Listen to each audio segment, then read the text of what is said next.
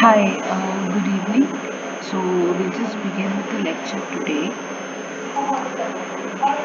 So today's lecture would be a continuation of what we studied last week, which is about understanding interviews, how interviews are conducted, how do you open an interview, how do you go about in an interview, and then how do you conclude it. So today's lecture is also going to run across the same themes that we went through last week. In today's lecture, I will also present a small. Okay, am I audible now? Is it better? Okay, yeah. So I'll just repeat what I said. Um, Today will be a continuation lecture from last week, which was about interviews, about what are interviews, how do you conduct interviews, how do you open an interview, what do you ask during, and how do you conclude one. So today's lecture is just going to be a follow-up of the same. Also, I will play an example of an interview from YouTube, which will help us grasp better. So with an example, we'll understand what to do and what not to do during an interview. Okay, and then we'll go through it one by one. Moving to the next slide. So, what we understood last week was one, interviews enable us to access personal views, perspective, and experiences. In this case, what we were saying is interviews come after observations in ethnographic studies. So, after we have observed the general behavior of the people, we then select people with whom we want to have an in-depth interview. Okay, so it helps us to understand and access these personal views and perspectives of people. Next is we learn of incidents that we did not observe. Okay, so we understand certain occurrences that we as a person, as an individual, did not see ourselves, but we then try to understand how people view it, what are their perspectives of these incidents. And also, conducting an interview in an ethnographic study helps us understand what are multiple viewpoints of the people or of the community that we are trying to interview. What are the personal views of these different people that we try to capture with our research. We then analyze and discuss our observations and come up with a conclusion of what this particular phenomena or incident holds importance to a certain group of people. And it engages with the sensorial nature of both speech and silence. In this case, we are not only just listening to the answers that these people tell us, but also the non-verbal form of communication, like maybe a shrug on the shoulder, maybe a nod of the head, maybe uncomfortableness. So an interview is not only verbal form of exchange, but also it's a sensorial sort of nature which jumps across both speech and silence. Now in next case, what I'll do is I'll try to play a YouTube video for you to get an example of um, how to conduct an interview. Okay, just let me know if the voice is audible.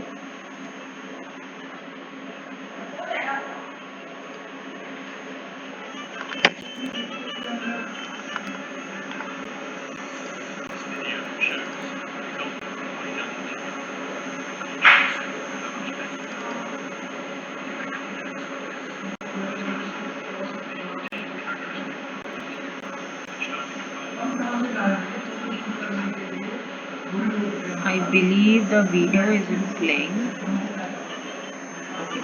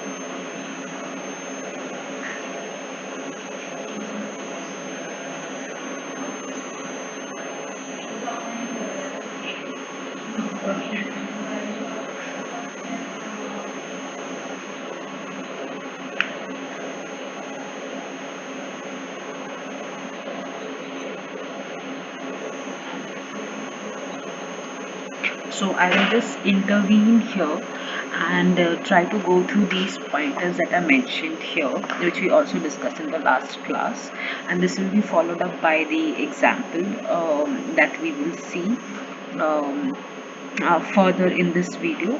So the certain qualities that an interview should have, and as an interviewer that we should keep take care of, are: one, knowledgeable. We should have prior knowledge about the subject or and the kind of question that we are going to ask.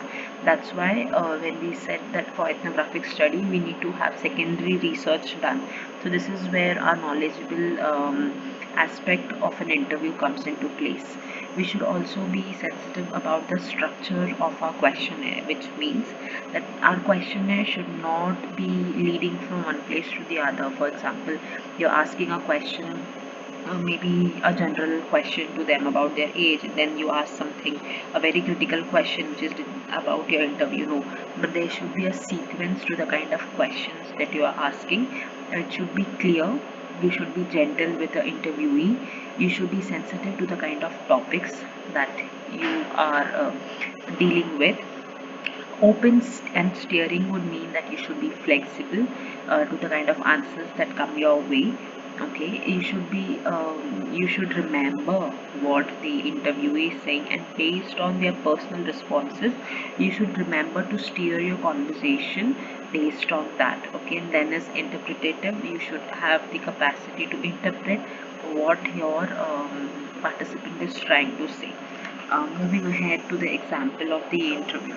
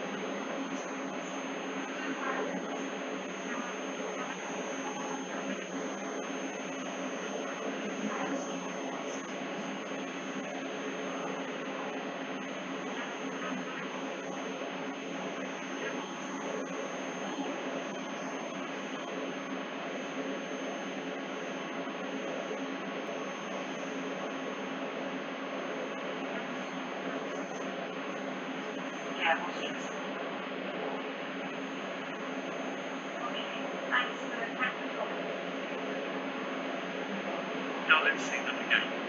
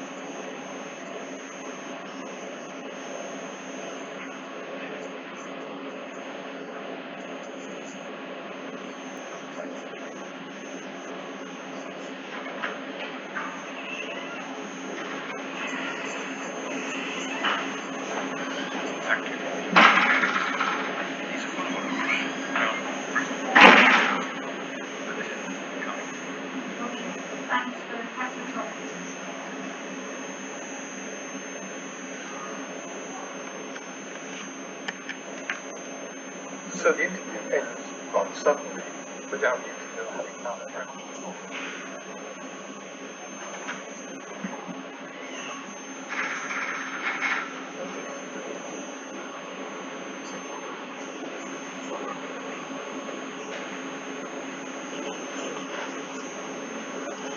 I hope it's audible now. I've just also put the subtitles on just in case the audio is not very clear.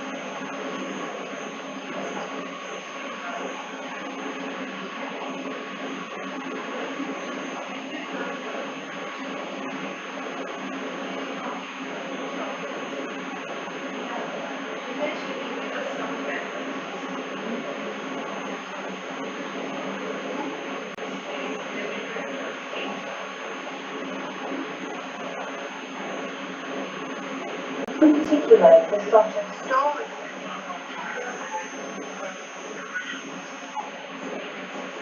at certain times in our lives. And I particularly wanted to ask you about that in relation to the driving behaviour. Uh, what I like to ask you to do is to think back to a specific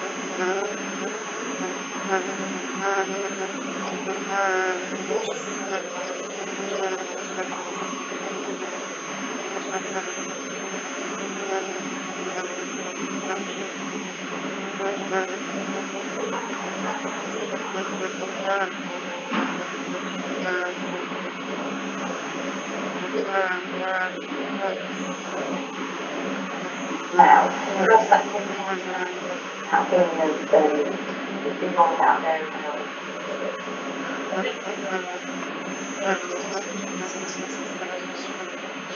right, monitoring.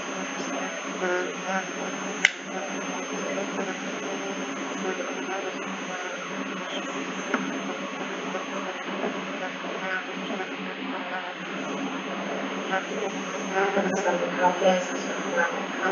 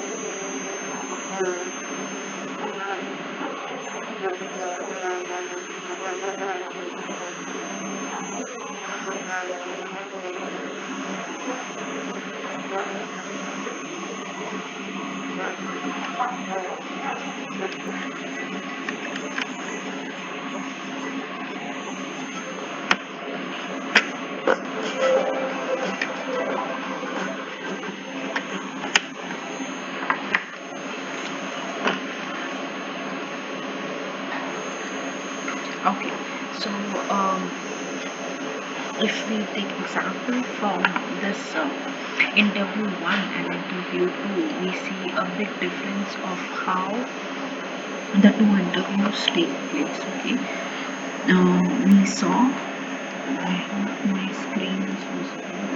Just check.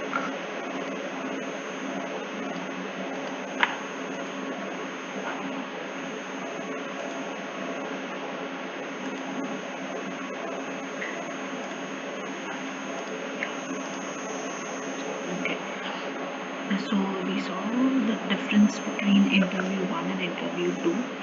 In interview 2, is it audible now?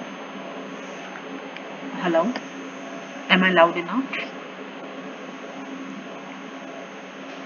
Hello?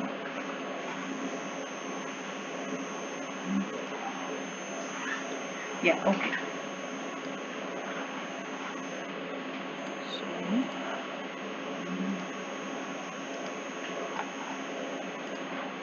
okay. So we see that in interview 2, the interviewer actually keeps on probing and asking questions to understand the viewpoint of the interviewee.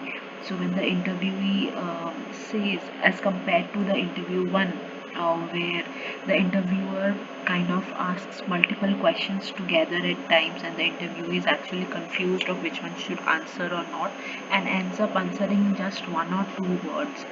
So as interviewers, we should be polite enough and kind enough to let our participants finish what they have to say. Okay, so we'll revise again the basic characteristics of the interview. It is contextual, it is naturalistic, it should be reflexive, fluid, flexible, it should focus on the narratives and open to ambiguity. Now if I kind of relate this to the example that we just saw. Okay, so the interviewee kind of goes on from the experiences of how they felt when they first learned how to drive, and how they felt when they went for the driving test. Why did they feel that need to learn driving?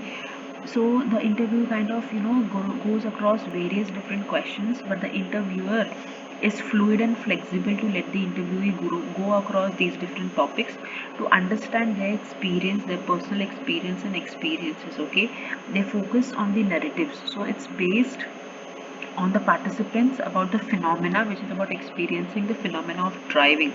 Okay, the interviewer also observes the participant and the environment, and revising conversations based on changing observations. So for example, in the second interview, we saw how the interviewer kind of revises and says that, oh, so you meant by this, and so what do you have to say more about it? And towards the end of the interview, she kind of revises of how they feel about the entire experience as a whole. And also it ends up with asking the interviewer whether they have any questions to ask regarding the incident that has taken place. Now, after, how do you prepare? So now once you have to start asking a question in, how do you start the entire process of preparing? So first would be structuring the conversation. After you have done your secondary survey and you have some background knowledge based upon your observations, you will then kind of start structuring the conversation. So what are you going to ask first? How many questions are you going to ask? How are you going to begin? What are your core questions based on the aim of your research? How are you going to frame these, and the final set of checks?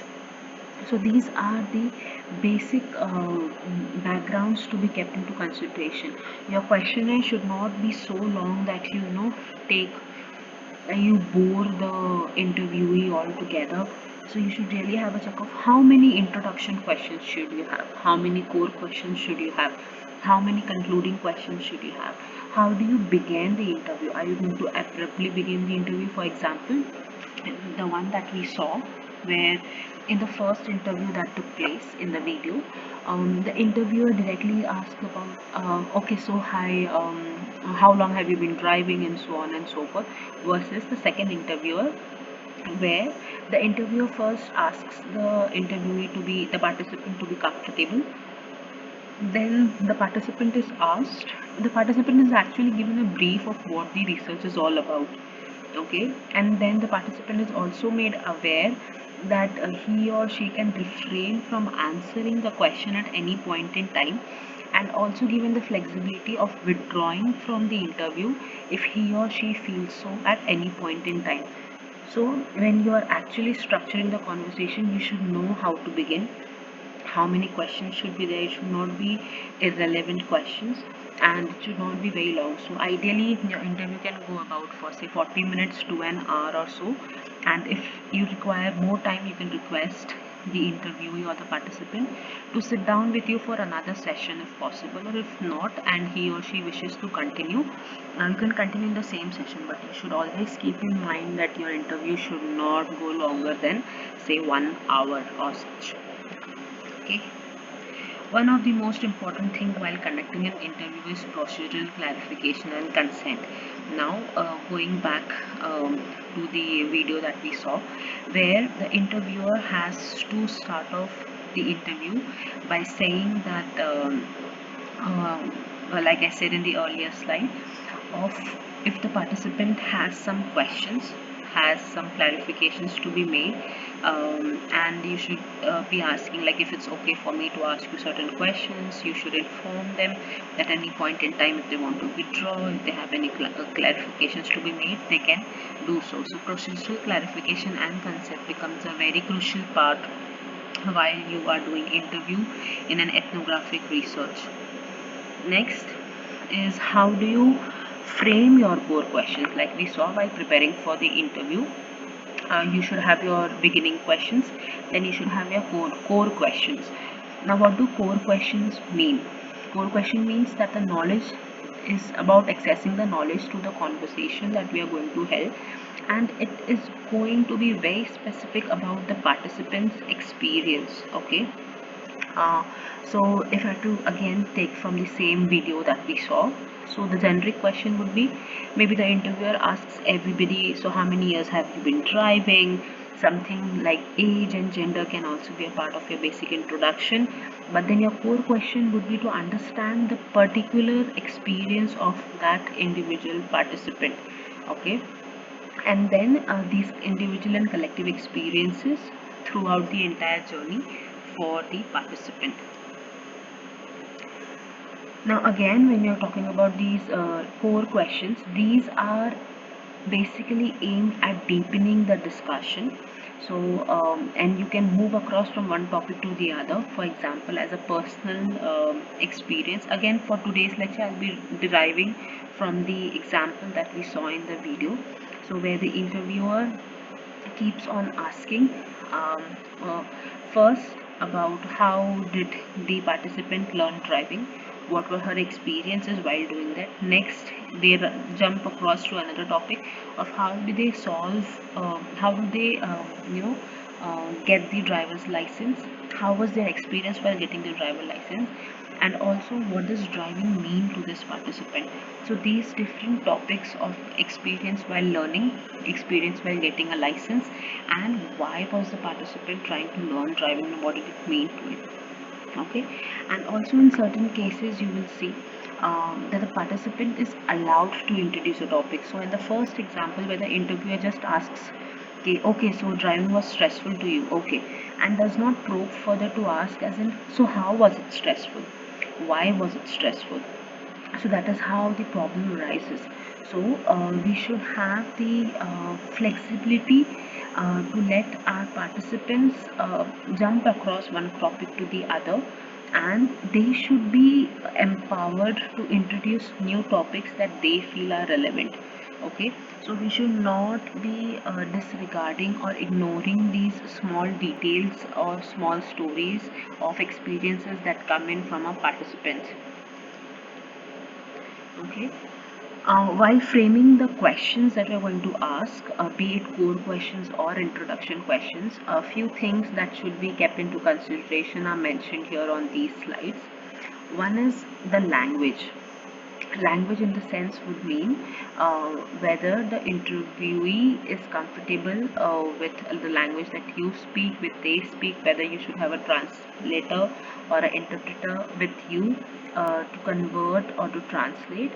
Second important thing is when you are providing procedural clarification and consent, or the copy of your questionnaire basically, you should be flexible enough that if your interviewee or your participant asks for a copy, you should be happy enough to share it with them as well.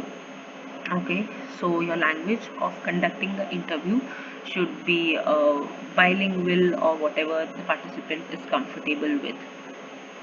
Okay, you should be talking about very specific questions and not very random questions that make no sense to the participant and they are unable to connect it as well. So when you're actually introducing your research area, your question should be relevant to that. The participant should not be like, "अरे ये क्यों पूछ रहे हैं? Why are they asking this also?"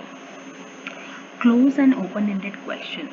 Now again, drawing from the video, your questions should not lead to a yes or a no. Okay, it should lead to a more detailed answer. And even though if it's a yes or a no, go ahead and ask questions to your participants as to why are they saying yes or why are they saying no.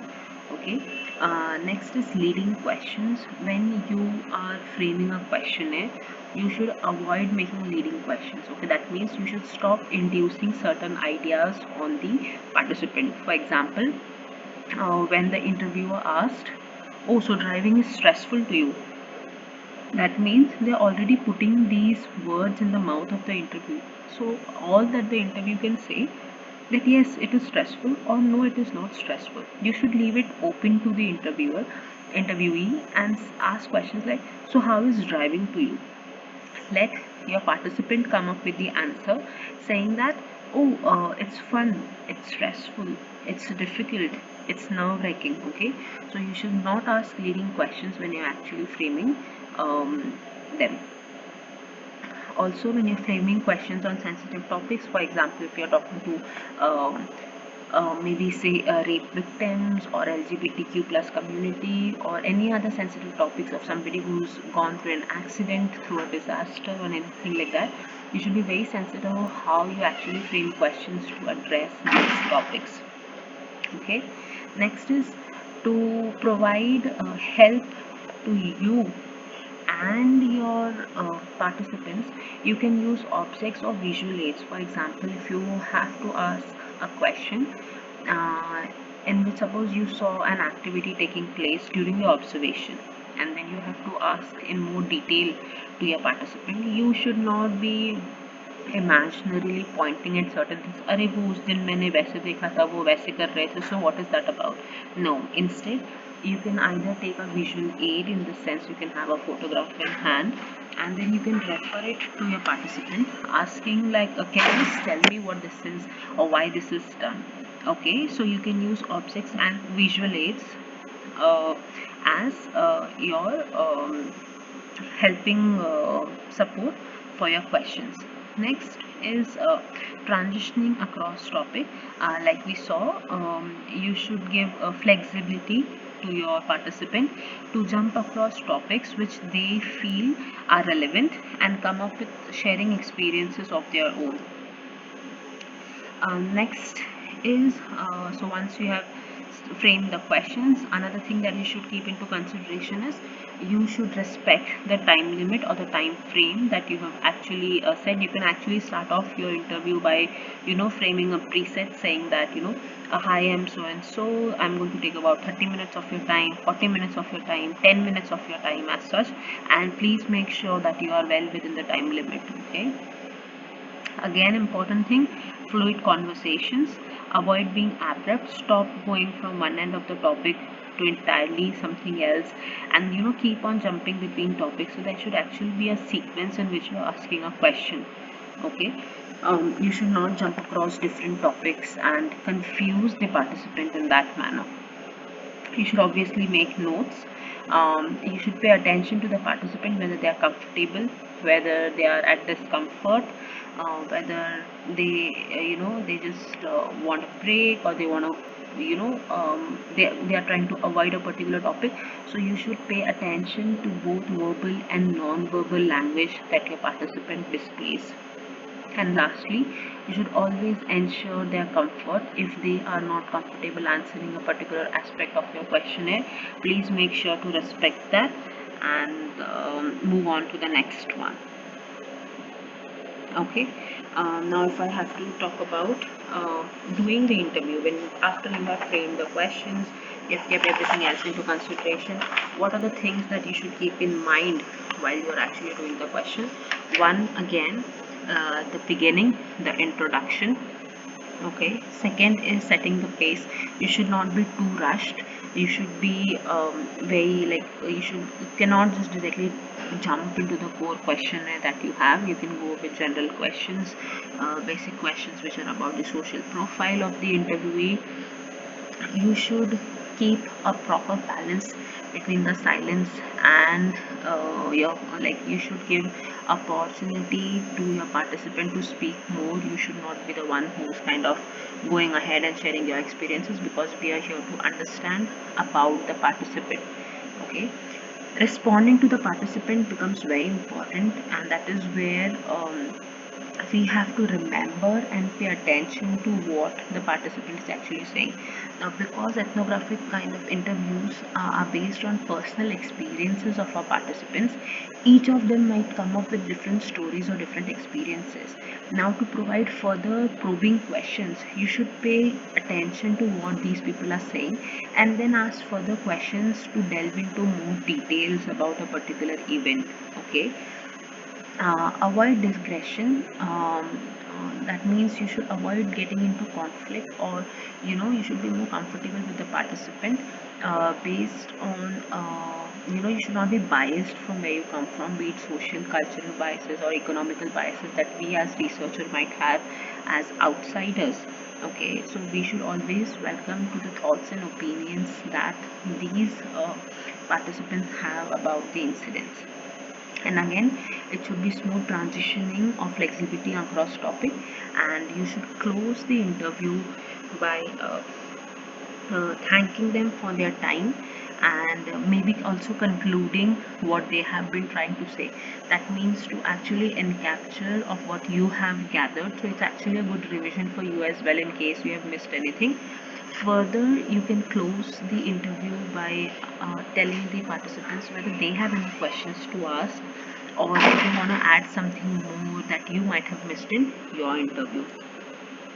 Okay, so again, this is detailing out more what closing the interview means.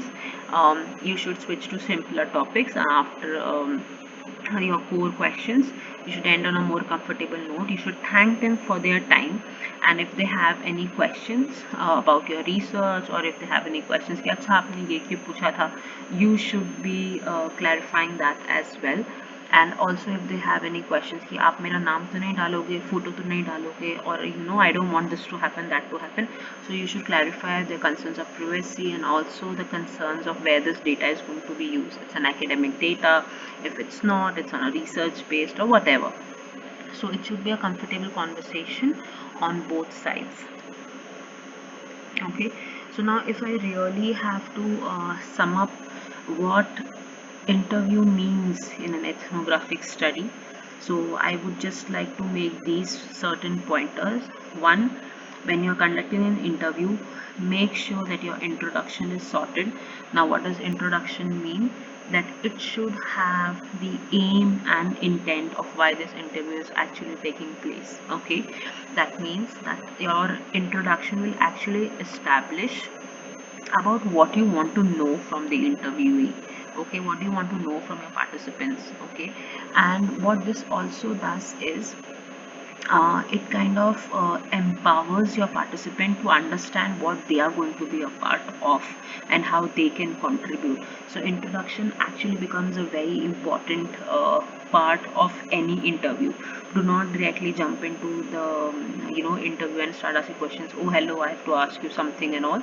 No, give them a background of where you come from, maybe the institution, the topic that you're doing, what do you envision from this topic, so that introduction one becomes important. Second, you should be asking general questions, which would be like an social profile or demographic profile based on the area of research that you come from. So it could be things like what is your age, what is your gender, what's your hometown, and it is also in this case, in the social profile case, it becomes tricky of how much of these social questions should you ask, because please understand that after these social questions, this social profile questions or the demographic questions, you have your core questions. So make sure that you're collecting just general information of the participant and not really making heavy um, questions to them in this section of your interview. Okay, and now you would also come up with a question of why this social profile is really important. Okay, that why do we need to ask, why can't we directly go to the core questions. So in this case I would like to say that um, social profile or this demographic profile gives us a general background and helps us understand the participant much better. And in case if we are conducting the same interview at some other place, we can understand what are the social drivers of why certain people act in a certain way or have a certain point of view. Okay, so social profile or that little background of our participants become important. Okay, next is questions, which is our core questions. Now so all of this can have multiple sections. So for questions, even though I've mentioned one, in this you can have multiple questions. If you're having different segregations, say questions related to different indicators that you have identified based on your literature study or secondary study, and these questions should have a logical sequence. So for example, when I'm talking about logical sequence, one question should follow the other. It should not be abrupt and haywire, something that's just coming out of the brain right now, and then your participant, has to really go from one end of the world to the other to understand. So, also by logical sequence, I mean, suppose you are trying to ask participant about certain change. You ask them, how do you feel right now? What did you feel about in the past? What changes are there from the past to the present? And then ask them about the future. Not jump like, अरे आपके हिसाब से कैसा होना चाहिए, and then direct them to the past. अरे तो कैसा था? So now what are your views on it? No, you should sequence it in a logical way so that it's smooth for even the participant to answer. Okay. Your questions should not be long. You should not have two or three questions asked together. Remember to break down your questions and make them short and crisp. Another important thing to do is eliminate the questions that you don't think are crucial for your study. Okay, please keep only those questions that you feel are going to make your study richer. Okay. Oh no, Anjali, there is no ready format of an interview, but this can be the basic format of an interview that I'm saying is first would be an introduction. So when you are starting the interview, that's the beginning. You start off with an interview aim and intent to your participant. Once that section is done, you can have the social profile of your participant. Okay, in that case you can just ask, so okay, so what is their hometown, or suppose if I have to understand, suppose you were doing a campus study, if you have to understand how students feel in the campus, or what are the social places of gathering in the campus. Okay, so for that, in case I have to collect the social profile, I would Maybe, ask them, I would note down the gender. I may or may not ask the name if they're not comfortable in sharing and they want to be anonymous. I may ask the age. I may ask the degree that they are pursuing. I may ask the department or the hostel that they're living in. So these are general questions. Now, second, if I have to then ask about brief questions, okay, core questions. My core questions, since my aim is to understand what are the social spaces or how do students feel in the campus, my questions would then lead into, so maybe I segregate them based on their gender, okay, but then questions would be like, oh, so where do you hang out? Okay, why do you hang out at this space? So I'm kind of basically questioning them. I will not ask them questions like, oh, so you do hang out at the canteen? Do you hang out at the hostel? No, these are leading questions which are actually wrong, which these are close. So if I just ask them, so do you hang out at the canteen? The answer that they'll come up with, yes or a no, and that does not give any other scope for the participant for any other answer. Versus when I ask a question, so where do you like hanging out after college or after class? They can come up with multiple questions. Okay, some people might say, oh, I hang out at the sports ground, I hang out at the canteen, I hang out at the department, I hang out at the music club. And then you ask them, so why do you like it?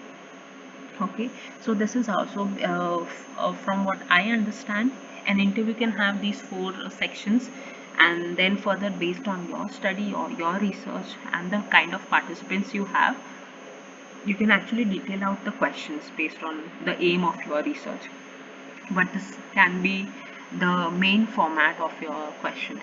Okay, going back to the questions part, you should also understand the words that you use to ask questions. Okay, um, for example, if I ask, uh, where do you like to, okay, if I ask a question like, oh, so do you feel safe on the campus? Okay, if I want to understand the safety on campus.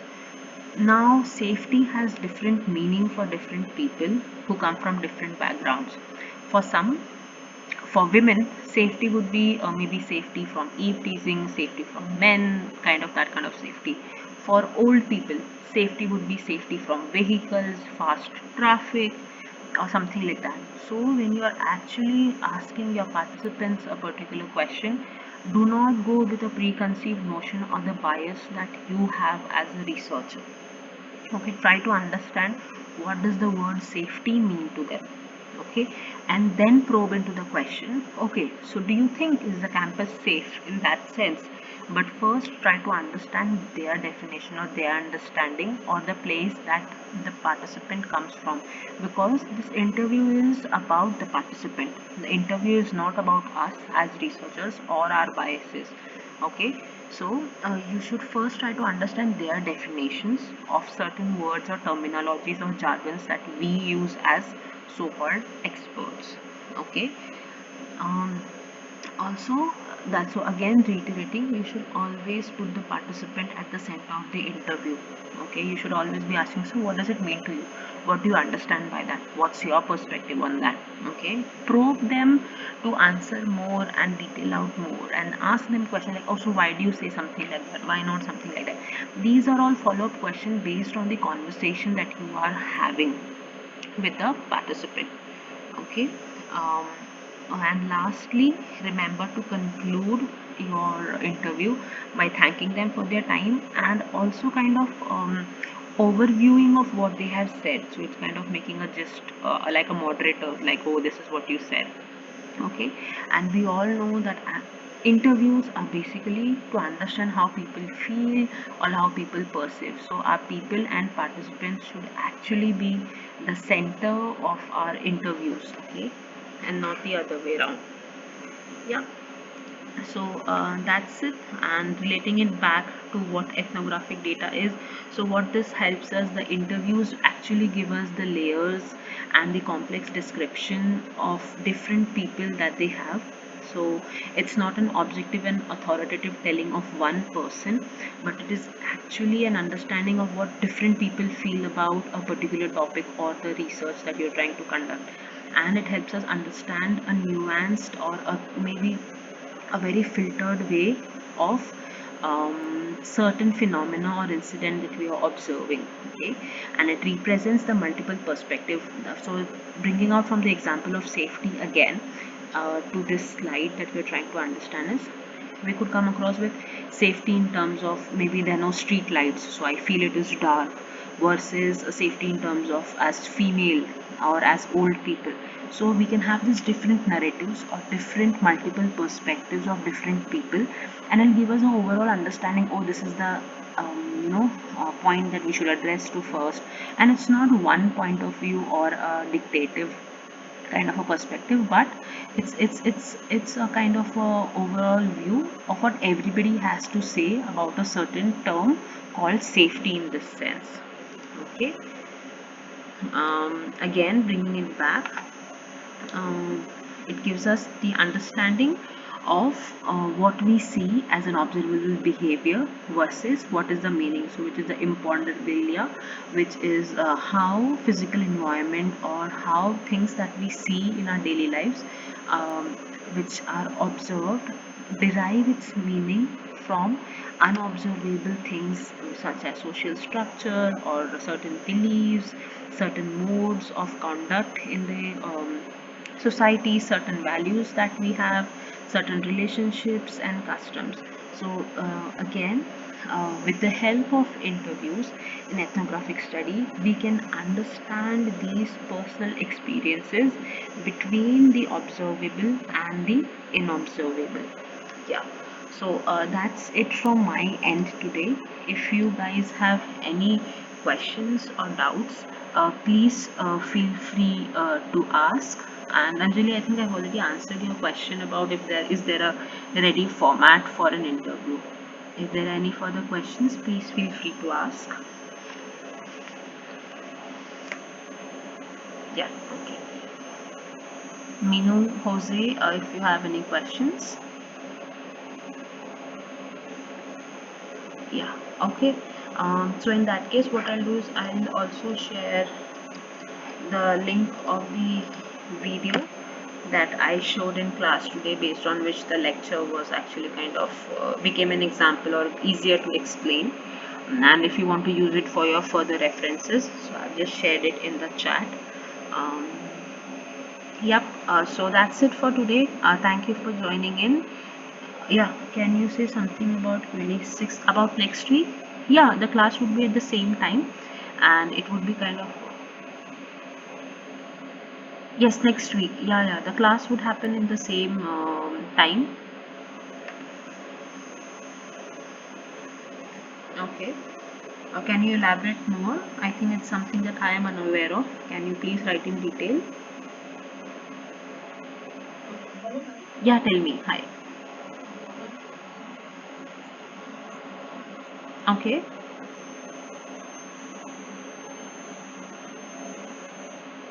Yeah. See, for the lectures are already open on the NPTEL website. Okay, so all the 8-week lecture are open. Next week I will conduct the class again, and I will do the part about, I think, visual understanding or something which is remaining. So next week I will have like a concluding lecture or such.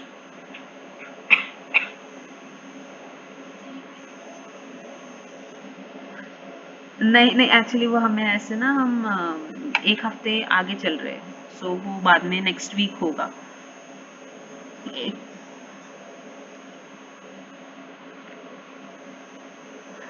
Forum, there's, yeah, there's a forum also where you can post your questions. I think आपको mail पे link आते हैं उस forum के, तो आप उस पे कर सकते हैं, और फिर हम में से कोई उसमें रिप्लाई कर देगा आपको अगर कोई क्वेश्चंस वगैरह है तो. या. हम्म.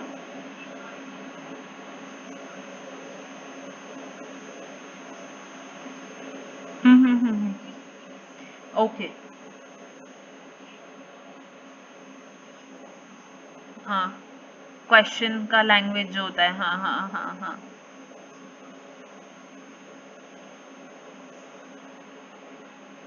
समझने में थोड़ी दिक्कत होती है. हाँ हाँ हाँ. I will request the instructor, और ये जैसे कि हमने आज किया कि बाइलिंगुअल होना चाहिए, मल्टीपल लिंग्विस्टिक होना चाहिए, और देयर शुड बी सम वैसे।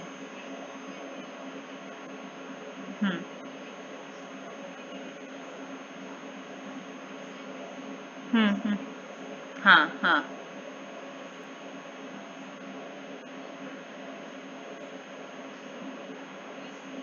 हाँ हाँ हाँ, समझ गई मैं।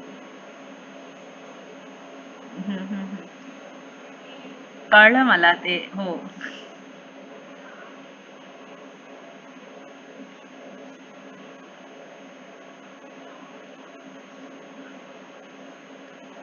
ते कळलं मला ते. मी तुमचं रिक्वेस्ट ठेवणार, एन पी टी एलला ते मी सांगणार एकदा. तर बघूया नेक्स्ट सेशनमध्ये आम्ही काय करू.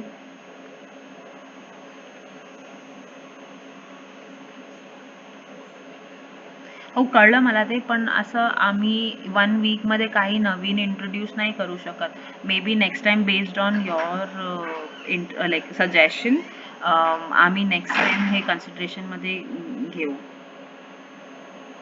हो. ओके. हो हो हो हो, तेच. ओके. Thank you.